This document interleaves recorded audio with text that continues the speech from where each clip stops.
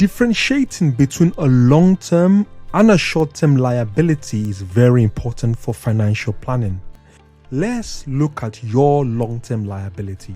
A mortgage is basically money you borrow to pay for the house you live in on a long-term period.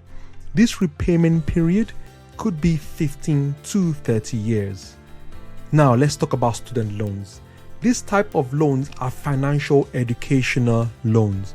These are taken out of the system to pay for your education, and these repayments are made over a period of 10 to 25 years. Car loans. Car loans are used to purchase vehicles, and this repayment can be 3 to 5 years. These are long-term liabilities that are owned and takes money out of your pocket.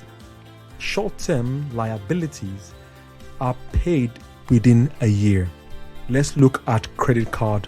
A credit card are typically paid in 30 days or up to a year, or you can have it for a longer period of time and make a slow payment depending on the arrangement you've got. Let's talk about bills and taxes. You can borrow money to pay for your taxes. You can borrow money to pay for unexpected things, and this can be repaid back in a short term. Let's talk about store cards. This type of liability is when you go and purchase something with a promise to pay back within 6 months or to pay it back slowly.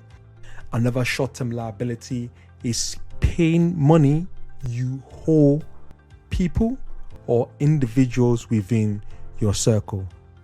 This type of liability, either long-term or short-term, will help you determine how to grow your wealth.